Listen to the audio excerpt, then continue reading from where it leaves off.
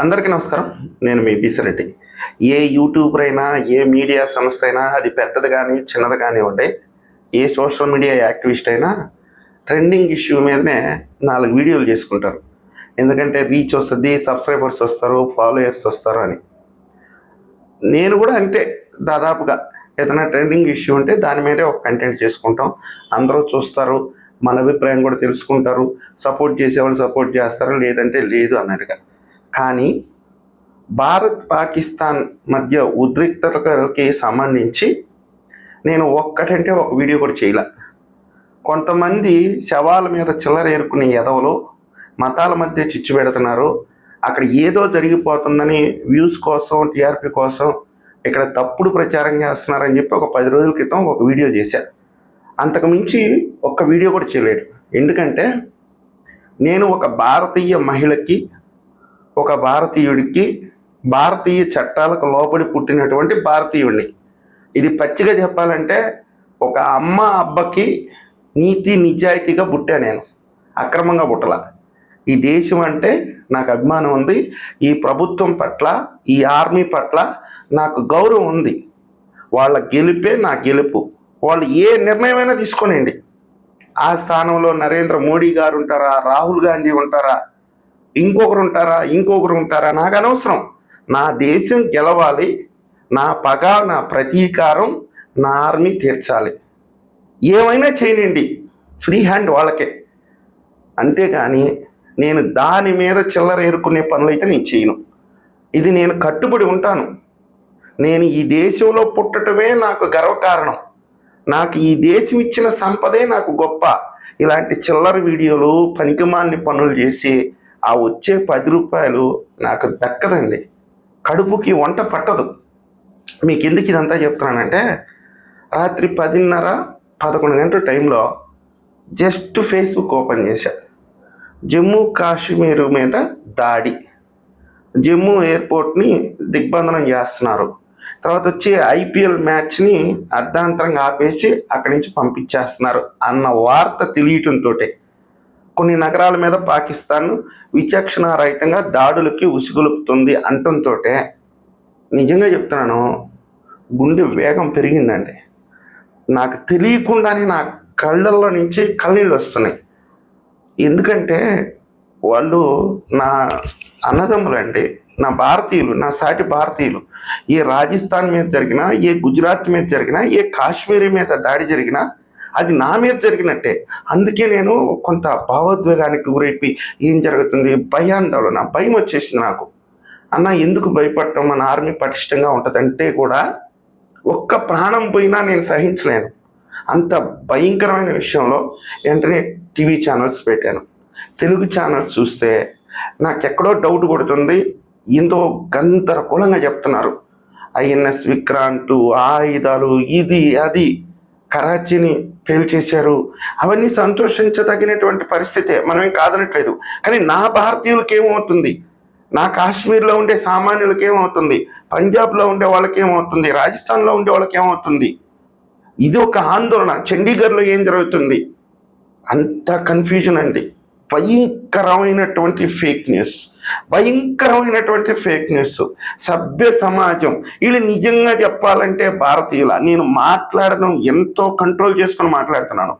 వీళ్ళు ఒక అమ్మకి అబ్బకి పుట్టిన కొడుకులైతే ఈ సోషల్ మీడియాలో అంత ఫేక్ ప్రచారాలు ఎలా చేస్తారండి? మినిమం నాలాంటి వాడుకున్నంత కామన్ సెన్స్ కూడా ఈ ఎదవలకు లేకుండా భారత్ ప్రయోగించే ఆయుధాల గురించి, ఫైటర్ జెట్ల గురించి, ఐఎన్ఎస్ విక్రాంత్ గురించి, ఏ ఆయుధాలో కీలకమైన ఆయుధాల గురించి వీళ్ళు ఎక్స్ప్లెనేషన్ చేస్తారండి. విశాఖపట్నం, హైదరాబాదు, విజయవాడలో బజ్జీలు పెట్టి అమ్ముకోలేని, కనీసం బజ్జీలు కొట్టి పెట్టుకొని అమ్ముకోలేని ఎదవలు కూడా ఒక యూట్యూబ్ ఛానల్ పెట్టేసేసి దాంట్లో ఎక్స్ప్లెనేషన్లు ఇస్తున్నారండి. పనికిమాలిన నీచ నికృష్టులు వీళ్ళు. అరే మీరు నిజంగా భారతీయులేనా? ఎంత ప్యానిక్కి గురి చేశారు. ఇంత అవగాహన ఉంది జియో పాలిటిక్స్ మీద, ఇంత తెలుసు, భారత ప్రభుత్వ సామర్థ్యం గురించి తెలుసు, ఇంత అవగాహన ఉన్న నేనే నాకు నిద్రపట్టలేదండి. ఎక్కువ జాము 4 గంటల వరకు. మీలో చాలామంది కూడా నిద్రపట్టి ఉండరు. ఎందుకంటే అది కానీ చూస్తుంటే మీకు కూడా నిద్ర పట్టదు అసలుకి. ఎందుకంటే మీరు కూడా భారతీయులేనండి. ఎంత భయాందోళనకు గురి చేశారంటే వీళ్ళు. భయం ఉండదా అండి? మీరే చెప్పండి, భయం ఉండదా? అక్కడ ఉండేది నా భారతీయుడు కాదా? పొద్దున్న లేచేటప్పటికే ఇవన్నీ ఫేక్. ఈ 10-15 రోజుల నుంచి ఈ పనికిమాలిన దద్దమ్మలు చేసినటువంటి దౌర్భాగ్యపు పనులు, ఎంత నీచ నికృష్టమైన పనులు. అరే మీరు పురుగులు పడిపోతారా మీరు? నిజంగా చెప్తున్నా నేను. మీరు ఈ దేశంలో ఎలా పుట్టారా మీరు అసలుకి? మీరు ఏం బతుకురా అసలుకి? మీరు ఒకసారి ఆత్మపరిశీలన చేసుకోండిరా. ఇన్ని అబద్ధాలు చెప్పేమే ఈ వారం రోజులుగా. మనం మనుషులమేనా? మనం నిజంగానే భారతీయులమే? ఓపిక పట్టండిరా. ఇండియన్ ఆర్మీ స్పష్టంగా చెప్పద్ది, రక్షణ శాఖ స్పష్టంగా చెప్పద్ది, కేంద్ర ప్రభుత్వం స్పష్టంగా చెప్పద్ది. అంతవరకు ఓపిక పట్టండి. నేను ఆ టైంలో నేను పడ్డ మానసిక వేదన ప్రతి భారతీయుడు పడి ఉంటాడండి. నేను ఎంత వెతికానంటే మొత్తం ఛానల్స్ మొత్తం పెట్టుకొని చూస్తున్నా. దేంట్లో కాన్ఫిడెన్షియల్ మెటీరియల్ దొరకద్దు మనకి. ఏం జరుగుతుంది అసలుకి ఈ సోషల్ మీడియాలో, ఫేస్బుక్లో కొంతమంది పైశాచికంగా ఈ రాత్రికి శివరాత్రే. సరే అది ఓకే, నేను కాదనట్లేదు. పాకిస్తాన్ని సర్వనాశనం చేసేయండి. ఆడ సివిలియన్సా ఎవడు అసలు చూడొద్దు. వాళ్ళు ఏమన్నా మనల్ని ఆ విధంగా చూస్తున్నారా? సివిలియన్స్ వీళ్ళు హిందువులు, వీళ్ళు ముస్లిమ్స్, వీళ్ళు సిక్కులు, వీళ్ళు జైన్లు అనే వాళ్ళు ఏమన్నా చూస్తున్నారా? సర్వనాశనం చేసేసేయండి, భూస్థాపితం చేయండి. కానీ నా వాళ్ళకి ఏం జరిగింది, అక్కడ ఏం జరుగుతుంది అనేది ఎంత ఆతృతగా ఉండదండి. ఆ చివరి ఆఖరికి ఒక ఛానల్ దొరికిందండి, అది ఇండియా టీవీ దొరికింది. లక్షణంగా ఆడు లైవ్ ఇస్తున్నాడు. కాశ్మీర్ రైల్వే స్టేషన్లో అక్కడ చేరి ప్రజలతో మాట్లాడిస్తున్నాడు. 8 గంటలప్పుడు ఒక బాంబు బ్లాస్టింగ్ సౌండ్ వచ్చిందండి. ఆ సౌండ్కి ఆర్మీ వచ్చేసి అందరినీ జాగ్రత్తగా ఉండమని ఇళ్లలో పంపించేసింది. లైట్లు ఆపింది ఒక 2-3 గంటల సేపు. అంటే సేఫ్టీ. ఎందుకు ఈ ఎయిర్పోర్ట్లన్నీ ఖాళీ చేశారంటే ఏమన్నా పాకిస్తాన్ దాడి చేసే అవకాశం ఉంది. అక్కడ మ్యాచ్ జరుగుతుంటే అక్కడ ప్లేయర్స్ని ఎందుకు తరలించారు అంటే ఏదైనా వాళ్ళు హద్దు దాటి వస్తే ప్రమాదం జరిగే అవకాశం ఏమైనా ఉంటుందేమో అని చెప్పి అందరినీ బయటికి పంపించారు. ఒక్కటి చెప్తానేనండి, దయచేసి చెప్తున్నాను, ఇది భారతీయత కాదు. దయచేసి అర్థం చేసుకోండి. జనాలని ప్యానిక్ గురి చెయ్యొద్దండి. మీ కకృతి డబ్బుల కోసం అడక్క తినండిరా. జోలు పట్టుకొని మీకు ఎట్ట అలవాటే కదా మీ ఛానల్ వాళ్ళకి 100 రూపాయలు అయ్యింది, 200 అయ్యింది, మా ఫోన్పేలు గూగుల్ పే నెంబర్లు చెప్పి అట్లా చేసుకొని అడక్క తినండిరా. ఏం పనులు రా ఇవి? ఈ దేశం క్లిష్ట పరిస్థితిలో ఉంది. ఇలాంటి సందర్భంలో ఇవేమి తప్పుడు సమాచారాలు రా. సైలెంట్గా ఉండండిరా, నోరు మూసుకొని ఉండండిరా. ఒక 4-5 రోజులు నోరు మూసుకొని గమ్ముగా ఉండండి. ఈ దేశం ఏం ఆశిస్తుందో, ఈరోజు నాలాంటి వాడు ఏం ఆశిస్తున్నాడో అది మన ఇండియన్ ఆర్మీ తప్పకుండా మనకి బహుమతిగా ఇస్తుంది ఈ కేంద్ర ప్రభుత్వం. దయచేసి అర్థం చేసుకోండి. ఇంకొక విషయం చెప్తున్నాను, ఈ నా కొడుకులు తప్పుడు వార్తలన్నీ స్ప్రెడ్ చేస్తున్నారు. ఇప్పటి వరకు నా దగ్గర ఉండే సమాచారం మేరకు ఏ యొక్క విదేశీ ఆయుధాలని మన భారత ప్రభుత్వం, మన భారత ఆర్మీ ఉపయోగించలేదు.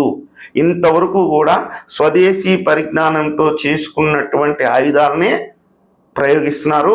ఇది గర్వపడాల్సినటువంటి విషయము. పాకిస్తాన్ దగ్గర ఆయుధాలు లేవు. వాళ్ళు ఎప్పుడో చేతులు ఎత్తేసారు. ఆకుపై చేయటం అనేది 10 నిమిషాల పని. అదేం పెద్ద విషయం కాదు. మానవతా కోణంతో ఒక పెద్ద ప్రజాస్వామ్య దేశంగా గౌరవప్రదంగానే ఏం చెయ్యాలో అది చేస్తారు. అంతవరకు సామాన్యులు దయచేసి ప్యానిక్ గురి కావద్దండి, భయపడద్దు. దేశ రక్షణ కోసం మన ఆర్మీ 24 గంటలు కాపలా కాస్తుంది. మన విజయం కోసం, మనల్ని గెలిపించడం కోసం వాళ్ళు ప్రాణాలు పణంగా పెట్టి పోరాడుతున్నారు. దయచేసి ఈ ఛానల్ని ఎవరు కూడా ఫాలో కావద్దండి. ఈ యూట్యూబ్ ఛానళ్ళు, దరిద్రపు గుట్టి శాటిలైట్ ఛానళ్ళు, వీటిని ఎవరు ఫాలో కావద్దు. డిడి నేషనల్కి వెళ్ళండి, డిడి న్యూస్ చూడండి, ఆహ్లాదకరంగా ఉంటుంది. ఏదైతే ఆ న్యూస్ వస్తుందో దాన్నే మీరు బేస్ చేసుకోండి. సోషల్ మీడియాలో ఇలాంటి మార్ఫింగ్ ఫోటోలు, మార్ఫింగ్ వీడియోలు దయచేసి పోస్ట్ చేయొద్దండి. నువ్వు నిజమైన భారతీయుడు అయితే నేను విజ్ఞప్తి చేస్తున్నాను. ఎప్పుడైతే మనం విజయం సాధిస్తామో 1000 కళ్ళతో ఎదురు చూస్తున్నానో అది ఖచ్చితంగా త్వరలోనే ఉంది. ఆ విజయం సాధించిన రోజు మన ఛానల్లో సంబరాలు చేసుకుందాం. అప్పుడు జియో పాలిటిక్స్ గురించి మాట్లాడుకుందాం. ఈ వీడియో మీకు నచ్చినట్లయితే లైక్ చేయండి, సబ్స్క్రైబ్ చేయండి. ధన్యవాదాలు.